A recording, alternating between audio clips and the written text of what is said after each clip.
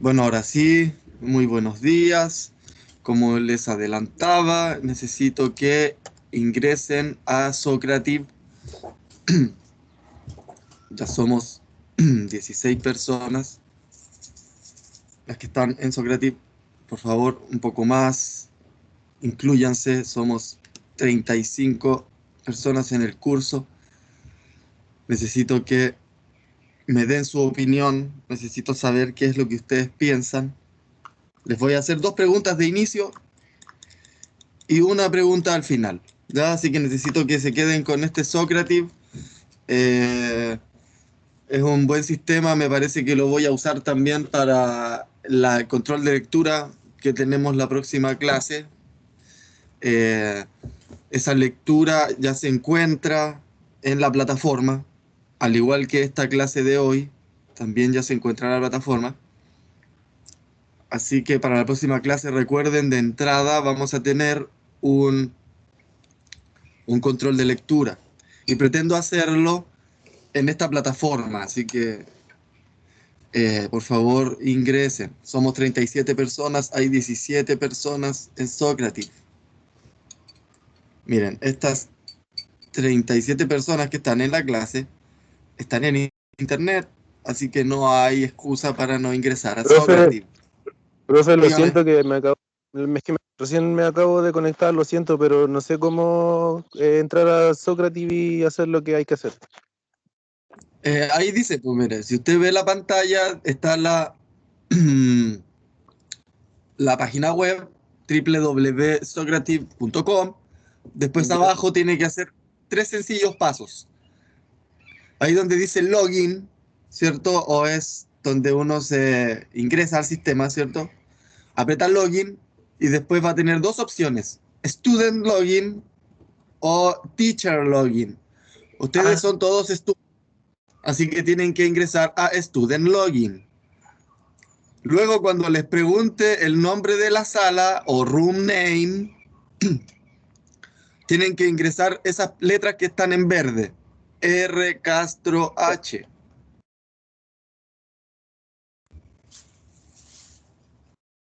ya, gracias. Sí, sencillos Profe, pasos que están en la pantalla, dígame. yo hice los pasos y me está diciendo, esperando a que la siguiente actividad comience. Sí, pues tienen Eh, que esperar iniciar la ah, actividad. ya. Necesito que estén todos para que hagamos preguntas en tiempo real.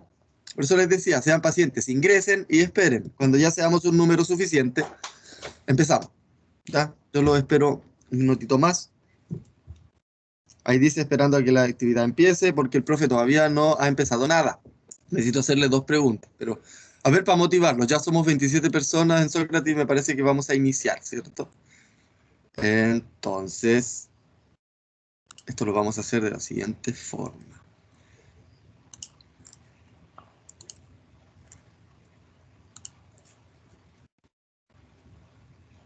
Ya, a ver, los voy a amarrar con los nombres.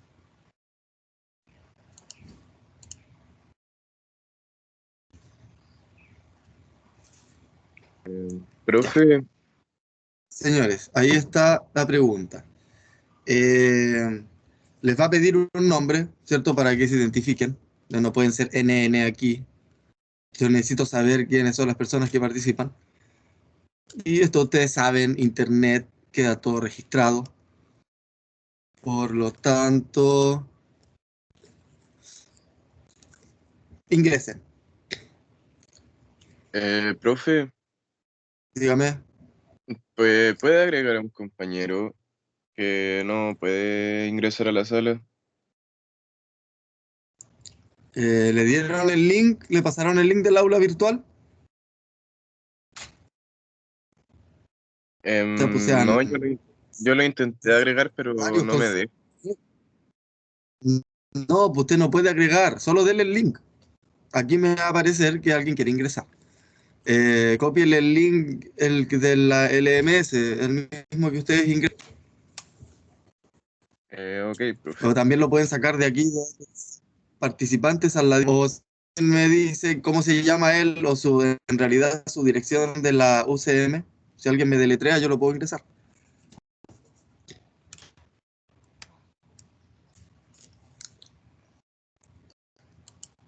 Bueno, ya tengo 4 de 25 estudiantes que respondieron. 6, excelente. No hay respuestas erróneas, ni buenas ni malas, ¿ya? Este es un tema que está abierto. La clase que vamos a ver hoy va a tocar varios temas que todavía están en plena discusión en la ciencia. Ya no piensen que está todo zanjado respecto la, a la problemática de los organismos genéticamente modificados. ¿Ya? Por lo tanto, surgen ciertas preguntas, hemos visto, escuchamos, hay mucha propaganda dando vuelta. Entonces, cada quien tiene su propia versión, ¿cierto? O su propia opinión respecto al tema. Entonces, esta pregunta es súper sencilla. De todas estas cosas, ¿cuál cree usted que es la más importante, ¿cierto?, de considerar de la problemática, del problema de los transgénicos? Como les digo, no hay preguntas ni respuestas correctas o erróneas, sino es un tema que necesitamos discutir, ¿ya? 27 de 32 estudiantes respondieron. Vamos, vamos, vamos, que todavía quedan 5 estudiantes. Lo que primero que se les venga a la mente, nomás no se compliquen, ¿ya? Les voy a mostrar, supongo que ya todos ingresaron a Socrative, entonces les voy a compartir ahora la pantalla. Ya. Bueno, aquí pueden ver. No sé si me confirman que pueden observar cómo va la tendencia. ¿Ya? Todavía va cambiando, va subiendo. Ya, genial, muchas gracias por confirmarme.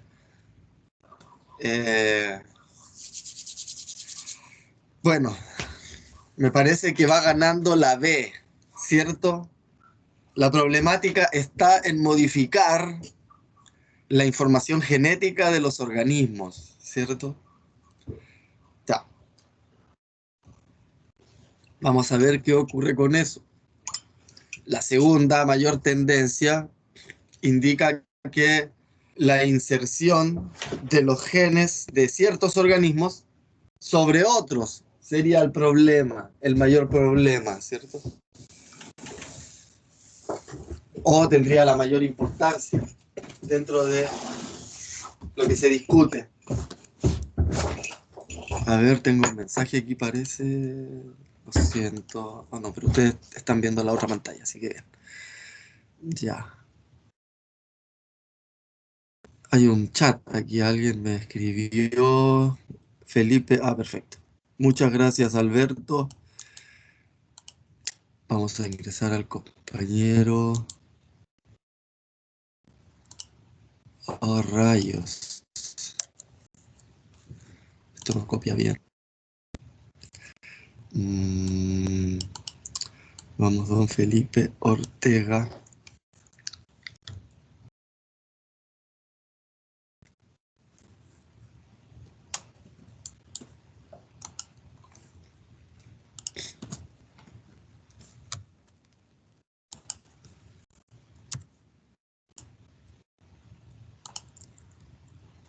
Ya, ahí lo agregué a Felipe. Ya estamos listos entonces con Sócrates, ¿no? Gana la opción B, modificación de la información genética de los organismos. Ya. Vamos a ver qué pensamos después cuando terminemos la clase. ¿Ya? Les tengo una siguiente pregunta. ¿Qué es lo primero que se les viene a la mente? A eso me refiero a cuál es la caricaturización. ¿Qué es lo que se les viene primero a la mente cuando, según cómo está, ¿cierto?, inmerso en la población el tema de los transgénicos? ¿Qué es lo que la gente piensa? ¿Qué es lo que ustedes creen que la gente piensa cuando hablan de transgénicos? Dígame. Caricaturización se refiere a onda así como, por ejemplo, las teorías conspirativas y ese tipo de cosas. No, Se refiere simplemente a lo primero que se les viene a la mente cuando ustedes hablan de un tema, ¿ya? Pero no ustedes, ustedes son seres que tienen un poco más de educación, sino cuáles ustedes creen que es la caricaturización más extendida en la población, ¿ya? ¿Qué es lo que la gente más cree respecto a los transgénicos? Eso quiero que ustedes me indiquen, ¿ya?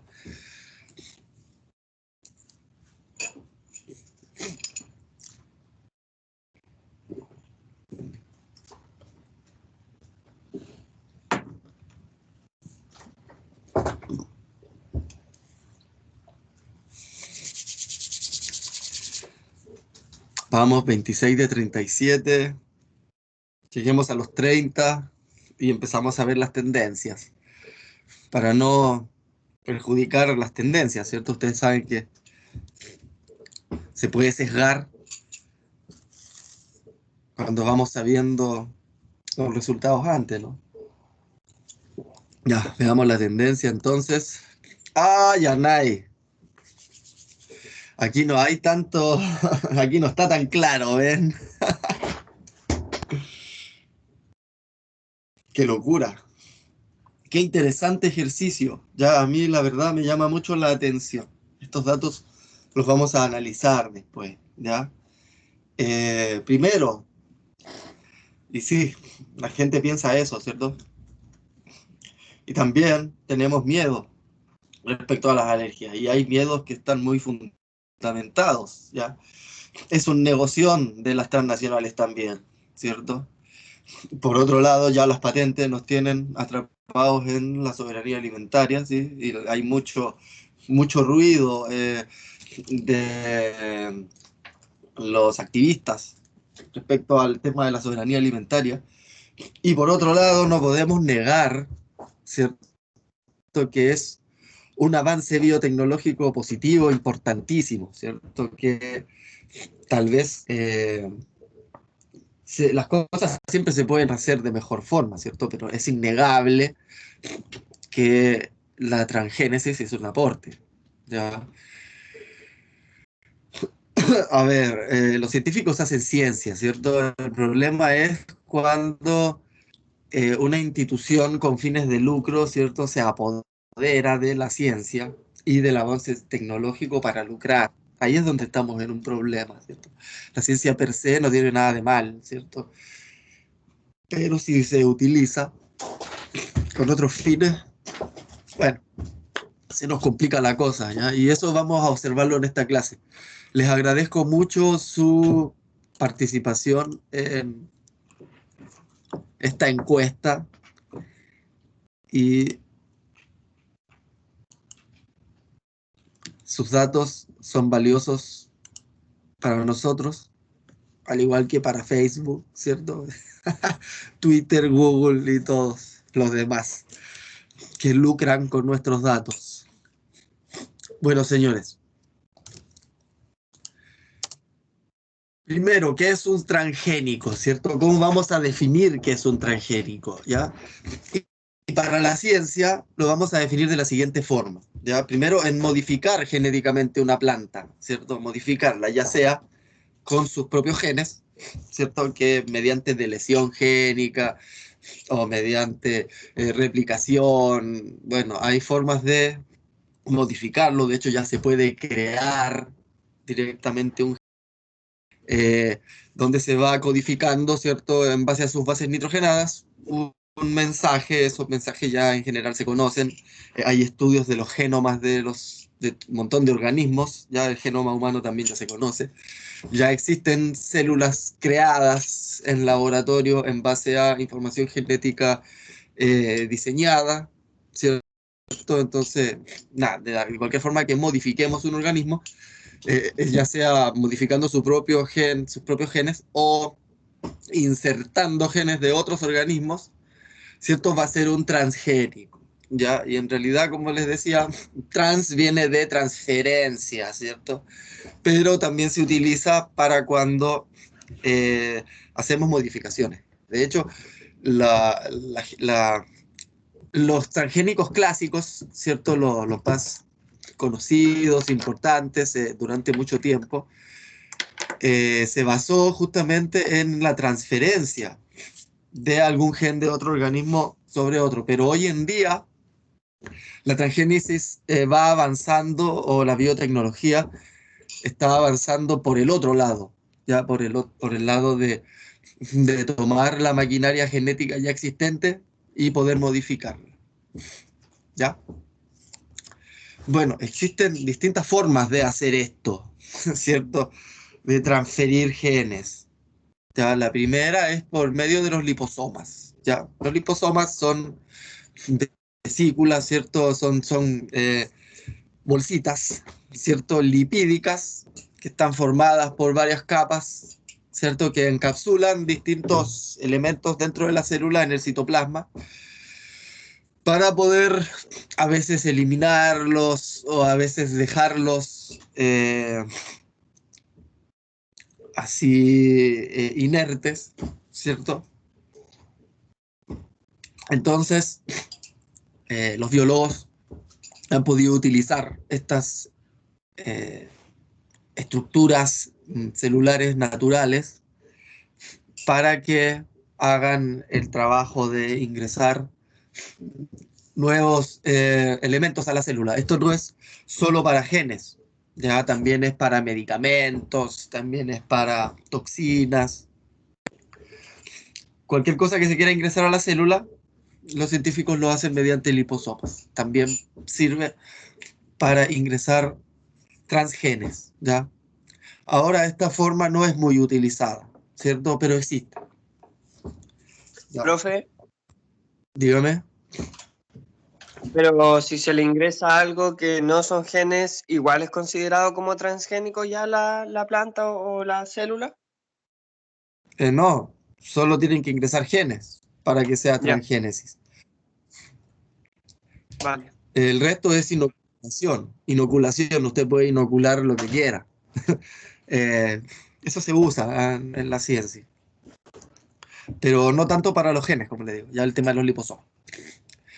El segundo método más utilizado de todos es justamente este, el de la biobalística. La biobalística es justamente el bombardeo mediante balas, ¿cierto? De partículas de oro, ¿cierto? Que dentro, o sea, puede ser oro, también tungsteno, y dentro de estas bolitas de oro o tungsteno va la información genética. Esto es una locura, ¿cierto? Ustedes lo imaginan, a ver de qué estamos hablando, ¿cierto? Esto es la segunda forma más utilizada, ¿cierto? Bueno, estas partículas de oro son pequeñísimas, ¿cierto? Son entre 0,4 y 1,2 micrómetros, ¿cierto? Micrómetro quiere decir 1 metro elevado a la millonésima, ¿cierto? Una millonésima parte de 1 metro. Eh, y eso se bombardea directamente, se aplica sobre un montón de células con estas pistolas de biobalística que pueden ver a su izquierda, una máquina más antigua que mediante presión, ¿cierto? Podía tirar este chorro, ¿cierto? Esta como asperjación Profe, de tengo una duda. biopartículas a la célula y esperar con mucha probabilidad que alguna de esas balas llegue al núcleo celular, ¿cierto? Dígame, ¿qué duda tiene? Si estos métodos, si para hacer una transgénesis se tiene que hacer en un embrión, en algo que tenga poquitas células, o que si es posible una célula, o se puede hacer en organismos ya crecidos. Hay de las dos formas. Usted puede tener una placa Petri con células o organismos unicelulares, o puede tener tejidos. Y de ese tejido, después aislar la célula totipotencial que esté cargada con la nueva información genética. ¿Ya? Bueno, el segundo método directo es el segundo método más utilizado de todos para hacer transgénesis, ¿ya? Bueno, el tercer forma directa es a través de la electroporación. Bueno, la electroporación es enviar electricidad, ¿cierto?, a las células. Estos pulsos electromagnéticos lo que hacen, se envía a alto voltaje, ¿cierto? Lo que hace es hacer vibrar la membrana celular y en algún momento esta membrana se desintegra, ¿cierto? Por microsegundos, ¿cierto? Por momentos muy pequeños se desintegra. Entonces, en esa desintegración, todo lo que hay en el medio se mezcla, ¿cierto? Y si habían cosas dentro de la célula, es muy probable que después estén fuera, y al revés. Si habían cosas que habían afuera de la célula, puede ser que después estén dentro. En este microsegundo entre que se desintegra y se vuelve a estructurar la membrana plasmática debido a estos pulsos eléctricos. Ya esto ocurre. Entonces, Profe, por difusión simple, las moléculas se mueven, ¿cierto? Dígame. con ese intercambio de que con el pulso eléctrico entra y sale, pueden haber mutaciones genéticas. Y sí, tal cual. O sea, que entre o que salga una cosa es lo de menos, ¿cierto? También puede ocurrir eventos que se borran o que se cortan, ¿cierto? Tanto cromosomas como genes o bases nitrogenadas, y eso eventualmente podría mutar un gen. Una mutación de un gen solo es el cambio eh, en una secuencia genética, ¿cierto? Ustedes saben que tienen bases nitrogenadas, guanina, adenina, citosina, ¿cierto? Timina, ¿cierto? En un ADN. Y cuando ustedes tenían esa secuencia, qué sé yo, citosina, citosina, adenina, y después por alguna razón, de algún error, ¿cierto? En la replicación, queda citosina, citosina, timina, eso ya hubo una mutación, ¿ya? O a veces en vez de citosina, citosina, adenina, queda una citosina, citosina, citosina, ¿cierto? Entonces como que se repite y ahí también hay una mutación. O a veces por delesión, en vez de citosina, citosina, adenina, queda citosina, citosina nomás, ¿cierto? Y queda cortado. Eso es por delesión y así pueden ocurrir distintas formas. Eso es una mutación, ¿ya? Eso en ciencia, que quede bien claro, es una mutación genética, nada más que eso.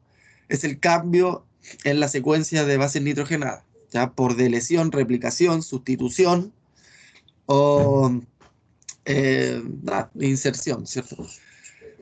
Eh, pero en este caso estamos hablando de el movimiento de partículas a través de la membrana plasmática debido a que mediante los pulsos electromagnéticos esta membrana plasmática puede desintegrarse por pequeños momentos, ¿ya? Ese sería el tercer método directo. Este método es muy poco utilizado también para hacer transgénicos, ¿ya? Yo les estoy explicando cómo es posible hacer transgenia, ¿ya? Para que entendamos bien antes de que hablemos de los otros temas. Después vamos a ver que el problema no está en la biotecnología en sí, ¿cierto? Bueno, otro método directo es la sonicación, que funciona, o sea, su funcionamiento es muy similar a la electroporación. Tiene que ver con que en la sonicación se envía ultrasonido, ¿cierto? Y el ultrasonido son ondas de vibratorias. Entonces, esta vibración genera el mismo efecto que la electroporación, en el sentido de que tanta vibración en algún momento desintegra también la membrana plasmática y permite que entren o salgan sustancias de la célula, ¿cierto? Existen lavadoras de ultrasonido, por ejemplo, que si ustedes lavan cualquier vidrio, con esa vibración se va a salir todo lo que está pegado, ¿cierto? Y de esa forma se lavan.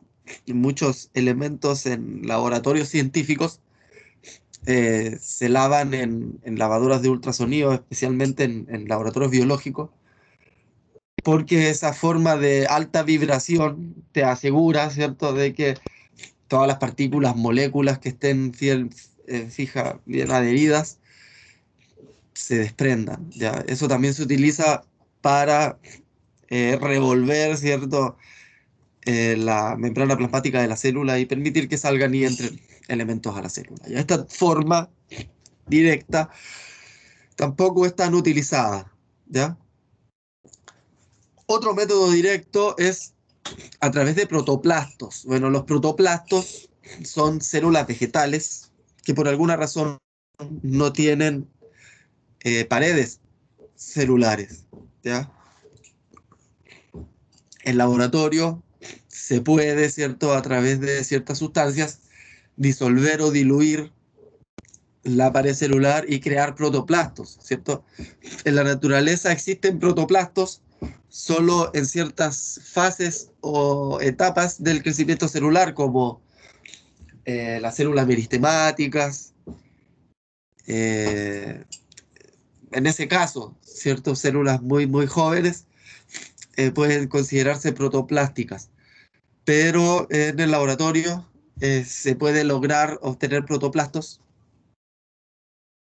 disolviendo con ciertos elementos la pared celular.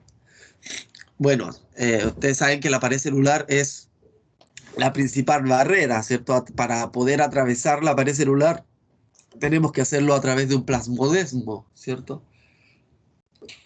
Estos plasmodesmos son pequeños orificios de intercambio celular entre dos paredes que no pueden atravesar cualquier sustancia, ¿cierto? Además de la permeabilidad de la membrana plasmática. Entonces ya la primera barrera de la pared celular, que es la más importante, se puede evitar de esta forma. Ya entonces un protoplasto es mucho más fácil de ingresarle genes que una célula vegetal con pared celular, ¿ya? Este método directo también es muy poco utilizado, pero también existe. También se puede hacer de esta forma. ¿Ya? El sexto método directo es el método de la microinyección, ¿ya? Y eso es tan gráfico como la foto, ¿cierto? No es más que eso.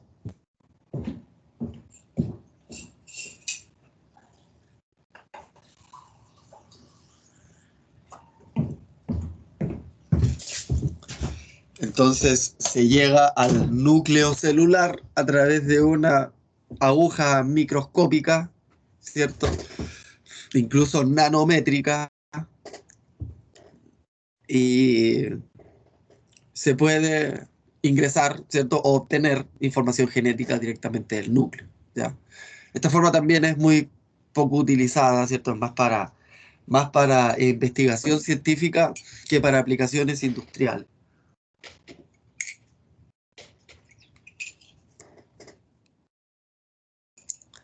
La séptima forma directa de ingresar, ¿cierto?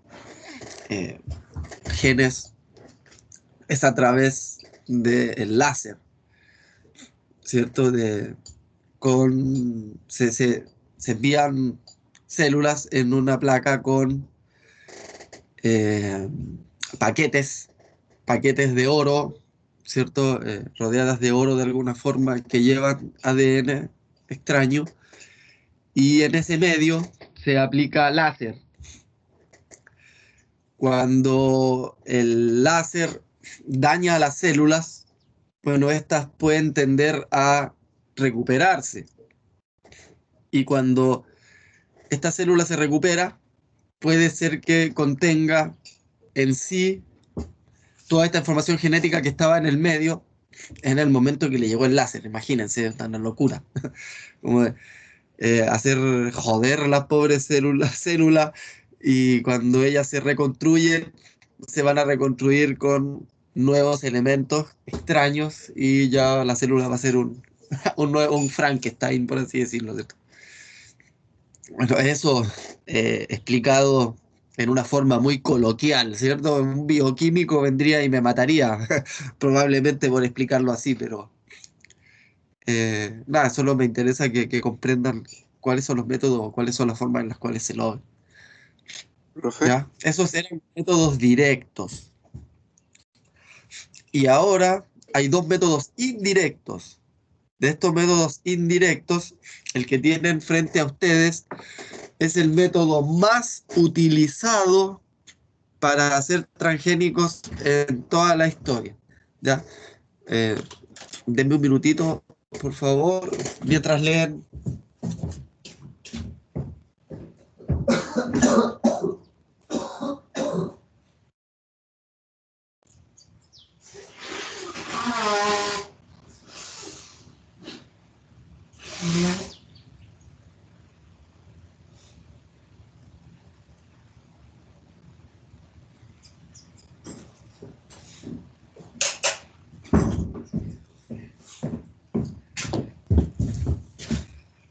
Bueno, eso ustedes ven la foto, ¿cierto? Lo que ustedes ven es la galla de la corona.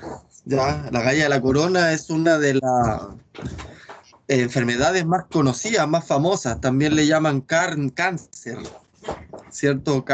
Cancro bacteriano, pero es más común conocerlo como agalla, ¿ya? Agallas de la corona. Esta foto es un pimiento, ¿ya?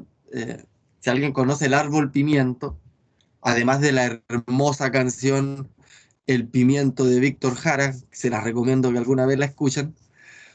Bueno, todos los pimientos de Curicó están con esta bacteria, ¿cierto? Con esa galla de la corona. También es una enfermedad agrícola muy conocida también, ¿cierto? Ataca también a los cerezos, a los manzanos, a los perales, viñas, ataca también a los prunos en general, ya una enfermedad muy conocida. Ya, bueno, esta bacteria que se llama Agrobacterium tumefaciens es la dueña de la biotecnología en realidad. De hecho, por eso le llaman biotecnología. Esto no lo inventaron los seres humanos, ¿ya? Esto que ustedes están viendo es la forma más utilizada por lejos para hacer una planta transgénica. Y consiste en una propiedad o característica evolutiva de las bacterias, ¿ya? Resulta que esta bacteria, Agrobacterium tumefaciens, se adhiere, ¿cierto?, a la célula vegetal y es la misma bacteria la que tiene un plásmido o un trozo de ADN, por así decirlo, un plásmido de transferencia, por eso le llaman el plásmido TI, que es el más famoso porque ese es el que se puede editar, ¿cierto? Ustedes pueden editar a gusto un plásmido TI, ¿cierto?, de transferencia, para que la bacteria con su poder mágico, por así decirlo, su superpoder biológico, pueda transferir ese plásmido de transferencia a una célula vegetal receptora. Esta bacteria toma ese plásmido TI, lo ingresa al núcleo celular y ese núcleo celular ya es una planta transgénica, ¿ya? ¿Por qué? Porque lo que hace esta bacteria es modificar el funcionamiento de la célula vegetal, llevándola a un estado de hiperplasia e hipertrofia. La hiperplasia es cuando las células se dividen rápidamente, ¿ya? Entonces empiezan a dividirse, empiezan a formar un cúmulo, ¿cierto?, de nuevas células, y además estas células empiezan a crecer más allá de lo normal, y eso se llama hipertrofia. Ya esas son unos síntomas muy conocidos en fitopatología, ya para que ustedes los usen. Esos son los términos que se usan: hiperplasia e hipertrofia, ya. Entonces, esta hiperplasia e hipertrofia que nosotros podemos observar como una agallas, ¿cierto? O como un tumor, es el mejor eh, ambiente, ¿cierto? El mejor hábitat para una bacteria, Agrobacterium, que se va a estar alimentando, ¿cierto? De todo este flujo de nutrientes que van a estar llegando a estas células transgénicas. ¿Ya? Imaginen, es una locura. Estas bacterias son de libre movimiento en el suelo, ya existen. Eh, hay varias bacterias móviles en el suelo, pero esta es la que tiene esa posibilidad, ¿ya? Por lo tanto, la dueña de la biotecnología es Agrobacterium tumefaciens, ¿ya? No los humanos. Los humanos lo observaron, lo encontraron. Es en realidad un descubrimiento de la fitopatología, ¿cierto? Que después se aplicó como biotecnología. Pero, señores, para que ustedes lo vean, la transgénesis es algo natural, ¿ya? Es algo que inventó la naturaleza. Como les decía, ese plásmido tiene partes que pueden ser editables, por lo tanto es mucho más cómodo para un biotecnólogo poder editar un gen directamente, ingresar, ¿cierto?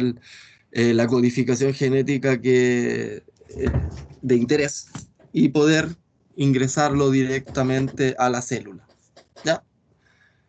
Bueno, y el segundo método indirecto, que también es muy utilizado, pero no tanto como el primero, Profesor, es de un primo que es la Agrobacterium rhizogenes, que hace el mismo trabajo que Agrobacterium, pero en este caso solo a las raíces, ¿ya? Entonces se ha utilizado para mejorar muchas variedades de arroz o otras especies. Se utiliza más para investigación, pero poco para generación más industrializada, ¿cierto? Igual eso es de las cosas que yo creo, ya no he revisado estos datos últimamente. Es probable que se esté utilizando mucho más ahora Agrobacterium rhizogenes, pero hasta donde sé lo que se sigue utilizando es Agrobacterium tumefaciens. Alguien me está haciendo una pregunta.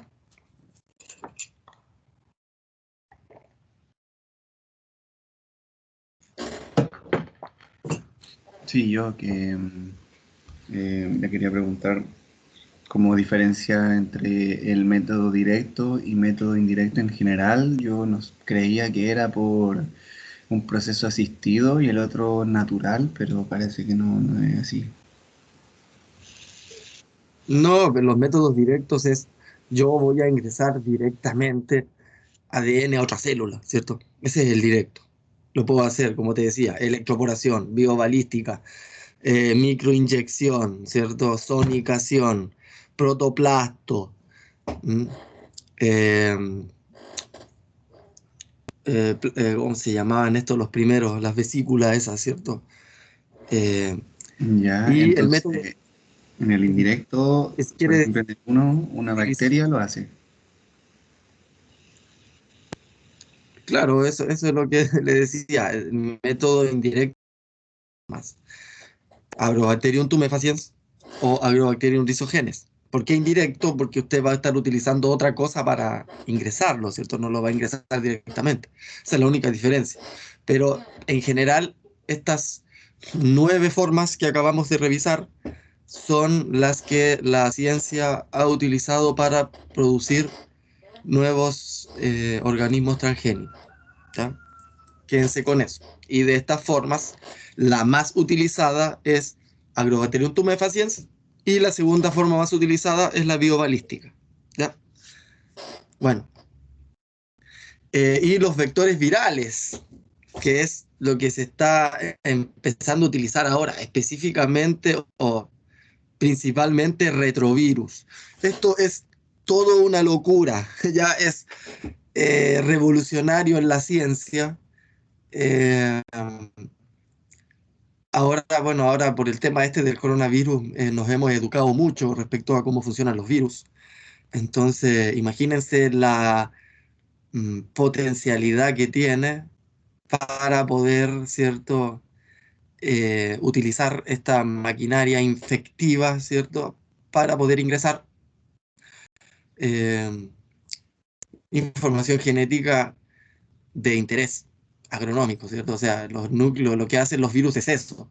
Los virus toman información genética extraña y la ingresan en la célula para modificar el funcionamiento de esta célula. Entonces, era obvio que podíamos utilizar esa misma maquinaria en nuestro beneficio, pero es Profe, abrir la caja de Pandora, ¿cierto? Bueno, de alguna forma eso también se decía de los transgénicos, ¿cierto? Que no podemos saber qué es lo que va a ocurrir si modificamos los genes. Bueno, imagínense ahora, ¿qué va a ocurrir si encima modificamos virus? Una locura, dígame. ¿los retrovirus son los que tienen ARN o no? ¿O me equivoco? No, mira, los virus pueden tener ADN o ARN, nunca los dos, ¿ya? O uno o lo otro. Pero los retrovirus funcionan en una forma distinta, como que extraen algún tipo de virus, o sea, algún tipo de información genética después de que la modifican y la vuelven a ingresar. Es una cosa bien interesante, ¿ya? Eh, Además de descodificar también o ingresar enzimas que pueden romper y modificar células dentro del, o sea, fragmentos de ADN dentro del núcleo celular. Pero en general es un tema bien complejo. Yo los incentivaría a que estudiaran el tema de los retrovirus. ¿Ya? Es bien interesante el tema. Yo no me manejo mucho, ¿ya? Pero sí lo poco que he leído del asunto es que potencialmente es, por un lado, ¿cierto?, muy benéfico y por otro lado muy desconocido también. ¿Mm? Bueno, eso sería respecto a cómo podemos ingresar, ¿cierto?, un fragmento de ADN de un organismo en otro. ¿Ya? Esas son las formas que se hace la ciencia. ¿Ya? Pero ¿cuál es el problema de esto? ¿Mm? ¿Cuál es el problema de modificar, ¿cierto? ¿Es malo? ¿Es bueno? ¿Mm? ¿Vamos a lograr estas cosas? ¿Vamos a tener manzanas con sabor a naranja? ¿Tiene algún problema eso? ¿O si tenemos una piña sandía? ¿Cierto? No sé, si llevamos volar nuestra imaginación, ¿hay algún problema con tener nuevos organismos? Eh, ¿La ciencia puede probar o no estas cosas? Yo les digo, no hay respuesta. Se los dejo como pregunta para que razonemos un poco, ¿cierto? ¿O este es el problema? ¿Nos van a venir a comer después los ajís? ¿Cierto? Yo no sé si ustedes jugaron este juego, pero es maravilloso, ¿cierto? Eh, y no, ¿cierto? A mí, personalmente, desde la ciencia, me parece que el problema de la transgénesis, la propaganda lo ha guiado mal forma, ¿cierto? No. La verdad, el problema no tiene que ver mucho con que modifiquemos o no eh, biotecnológicamente ciertos organismos para tales o cuales fines, ¿cierto? De alguna forma, la herramienta no tiene nada que ver con el uso que se le dé, ¿cierto? Y ahí está el problema, ya, como les decía. El 2015, una organización sin fines de lucro llamada Grain, yo les puedo subir este archivo, antes lo tomaba como control de lectura en el curso, ¿cierto? Pero nada, ahora se los puedo dejar nada más. Y explica cómo la corporación o el corporativismo fue de alguna forma concentrando mucho poder, o sea, poder respecto a la creación, ¿cierto?, de estos organismos o la creación de leyes, ¿cierto?, que benefician a las empresas que están modificando o no los organismos, ¿cierto? Hay un tema que se llama derecho de obtentor. Entonces, si cualquier entidad, una persona o una empresa, hace esta modificación biotecnológica, ¿cierto? Él tomó un laboratorio, compró estas maquinitas de sonicación, ¿cierto? Hizo cultivo in vitro de células vegetales, eh, logró traspasar, ¿cierto? Los genes de una mariposa, ¿cierto? Que permiten que esta, esta nueva célula, ¿cierto? Tenga un tipo de proteína protectora más gruesa, ¿cierto? Una cutina más gruesa, por así decirlo. Entonces, nada, esta persona va a poder registrar esta biotecnología y obtener lo que se llama un derecho de obtentor. Ya ustedes me dirán, eso está bien, ¿cierto? Esta persona hizo un montón de inversión, ¿cierto? En tiempo, en especialización, en equipos. Por lo tanto, ese descubrimiento debería tener, ¿cierto?, una compensación, ¿ya? Y en eso estamos de acuerdo. Yo creo que nadie puede trabajar gratis, ¿cierto? Pero si vamos a obligar, ¿cierto?, a un grupo de personas a que cultiven lo que yo creé, porque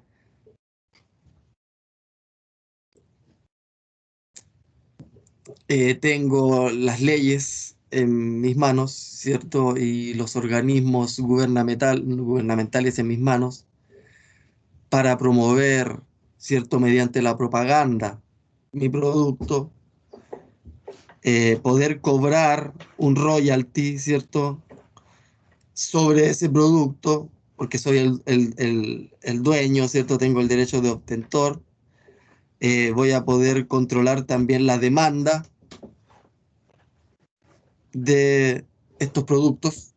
Entonces, de alguna u otra forma voy a estar obligando a los productores a que me compren mi organismo patentado. Y hay una doble trampa.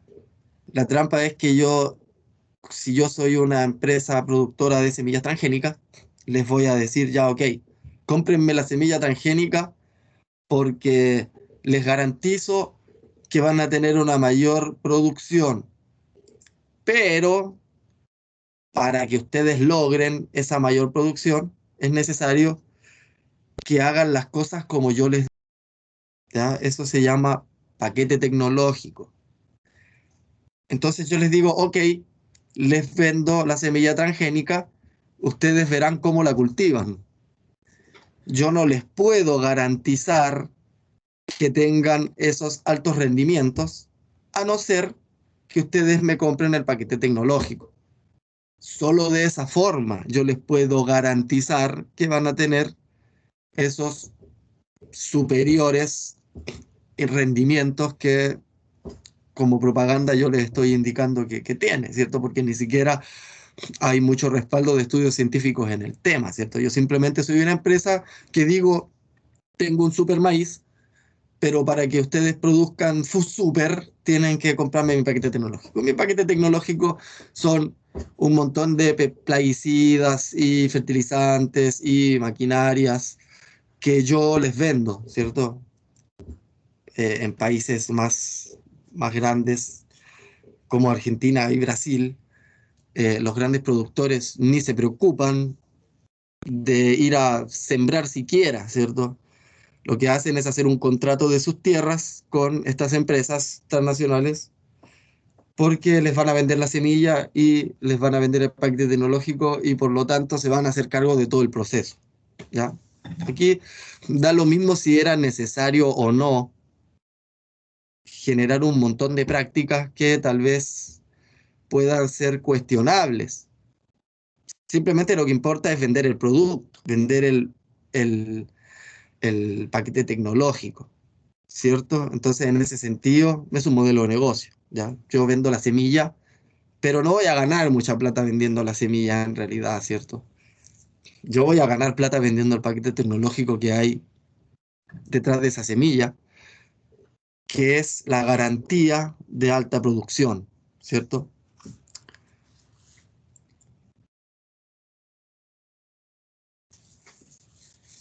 Pero a ver, ya la modificación o la creación de nuevos organismos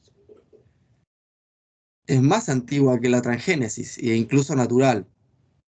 Esto se llama hibridación, ¿cierto? Ustedes saben que entre distintos congéneres, o sea, en un mismo género, varias especies de un género pueden, ¿cierto?, intercambiar información genética entre ellos.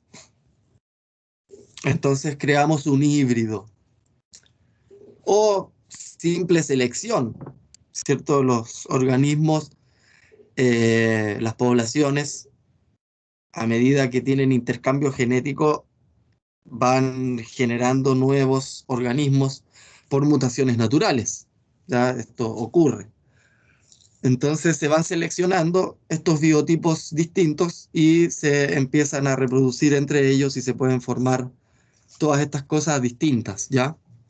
Lo que ustedes ven a su izquierda es una sola especie que se llama Beta vulgaris, ¿ya? O nosotros la conocemos como beterraga, remolacha, acelga, ¿cierto? Y vaya a saber con qué otros nombres en distintas partes del mundo. Pero son la misma especie, ¿ya? Este proceso de selección desde plantas de la naturaleza que a lo mejor no tenían estas características tan desarrolladas, ¿cierto? Imagínense que tienen una planta que está modificada, uno, para juntar reservas energéticas en sus hojas, como las acelgas, o de acumular sustancias energéticas de reserva en sus raíces, ¿cierto? Entonces, Profe, eh, fuimos modificándola y seleccionando la que tenía hojas más anchas, tallos más, raíces mucho más anchas. Y así fuimos seleccionando y mezclando entre ellas, entre las que tenían los tubérculos más grandes, ¿cierto? Las raíces más hinchadas. Y fuimos creando estas superplantas, ¿cierto? Que por miles de años los agricultores fueron generando en la práctica agrícola, ¿ya? Ahora, este proceso de hibridación, de selección, lo hicieron estos agricultores de forma altruista, lo hicieron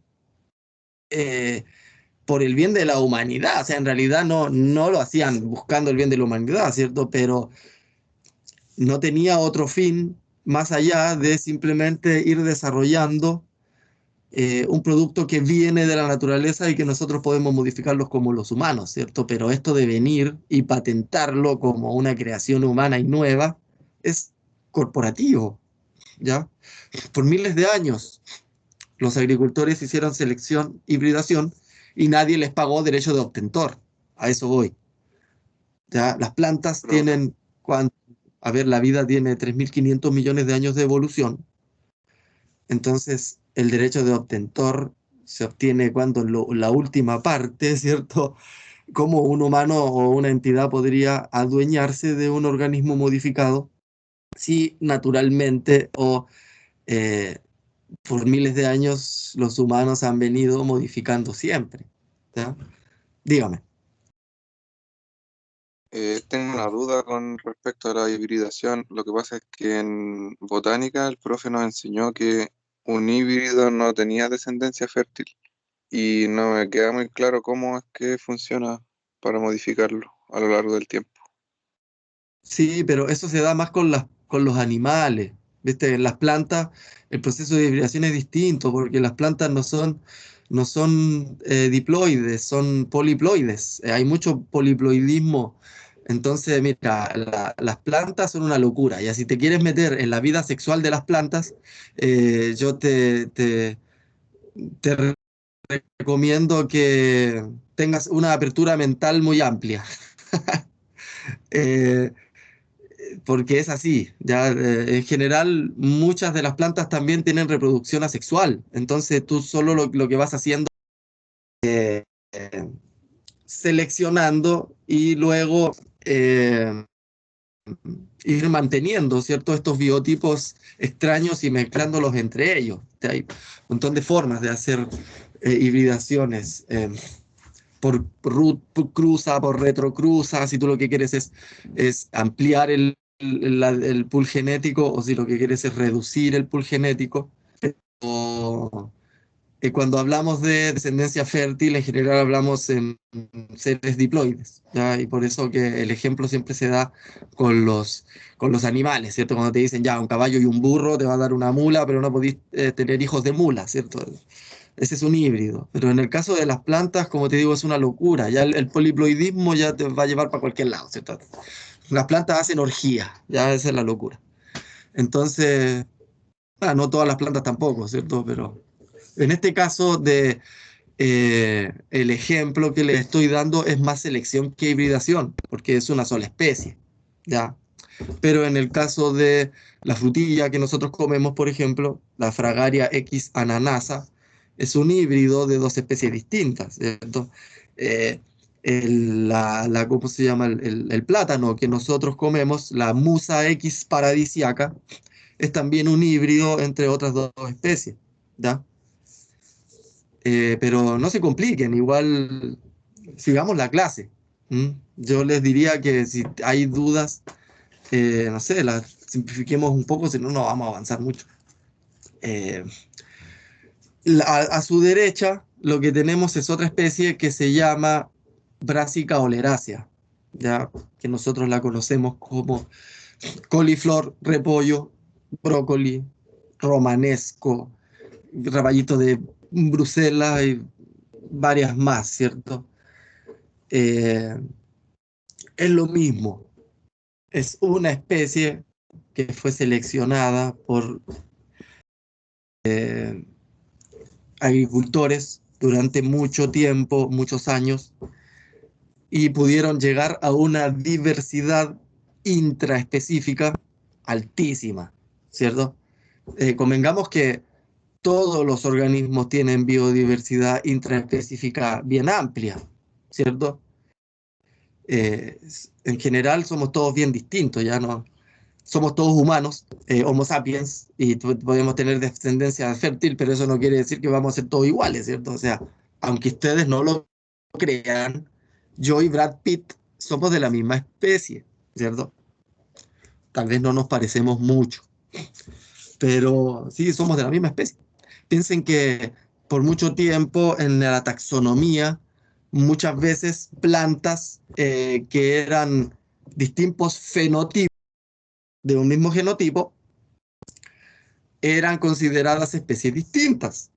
Luego, con estudios más genéticos, se dieron cuenta que en realidad era la misma especie con distinto fenotipo. ¿Ya? Entonces, hay que entender que en general la diversidad interespecífica es bien importante en ese sentido. Dígame. Se podría así como, entre comillas, ejemplificar en animales como si fueran razas. No, es que eso es otra cosa. Eso es como hablar de la variedad de una planta, ¿cierto? Porque la raza es lo mismo que esto, o sea, selección de las selecciones sobre selección. Y además retrocruza, porque lo que se hace en el caso de los animales, ¿cierto? Es repetir genes. Y cuando se repiten genes, se disminuye el pool genético. Entonces, cuando tú disminuyes el pool genético, eso se denomina en biología degeneración de la especie, ¿ya? Mientras que al revés, cuando tú mezclas genes distintos, ¿cierto? Obtienes lo que se llama el vigor híbrido. ¿Por qué? Porque este híbrido va a tener el pool genético de sus ancestros, que le va a permitir tener un pool genético más amplio que cada uno de sus ancestros anteriores. Entonces va a tener unas mayores probabilidades o mayores características o probabilidades de características que sus predecesores. Por eso se llama vigor híbrido, mientras que cuando mezclamos genes se va degenerando o se llama endogamia. ¿Ya? Se repiten los genes y va perdiendo estas probabilidades, ¿cierto? Genéticas, se va volviendo cada vez más susceptible, va a tener menos probabilidades de adaptarse a cualquier cambio en el ambiente, ¿cierto? Mientras que el vigor híbrido va a tener muchas más probabilidades de adaptarse al ambiente porque tiene más genes distintos, ese es el tema. Esto se ejemplifica muy simple con un perro de raza que tiene todos sus genes repetidos, se enferman de todo, comida especial, y por otro lado un quiltro que tiene todo el pool genético de montones de razas distintas. A ese perro no lo matan con nada, ¿cierto? Es lo mismo con los seres humanos, ¿cierto? Y con los seres vivos, y en general con todo eso, pero nos estamos desviando del tema, eh, eh, nada que ver, ¿cierto? Pero eso ocurre con las razas, ¿cierto? Por un lado tenemos endogamia y por otro lado tenemos vigor híbrido, ¿cierto? Entonces, a nivel biológico, las razas no son buenas, porque en realidad lo que uno hace es disminuir el pool genético de los organismos, ¿cierto? Lo que tenemos que hacer es propender a aumentar ese pool genético. O sea, la biodiversidad intraespecífica te va a permitir mayor probabilidad de que esta especie se sostenga y no al revés. La endogamia o baja diversidad intraespecífica te va a dar mayores probabilidades de que la especie se extinga, ¿cierto? Porque si viene cualquier cambio ambiental y no habían genes que estuvieran preparados para ese cambio ambiental, se murieron todos, ¿cierto? En cambio, si tenía un pool genético alto, justo iban a aparecer genes que iban a dar esa opción. Oye, yo me parece que voy a cortar el video para tener dos videos y no quede tan largo de que tengo la grabación aquí.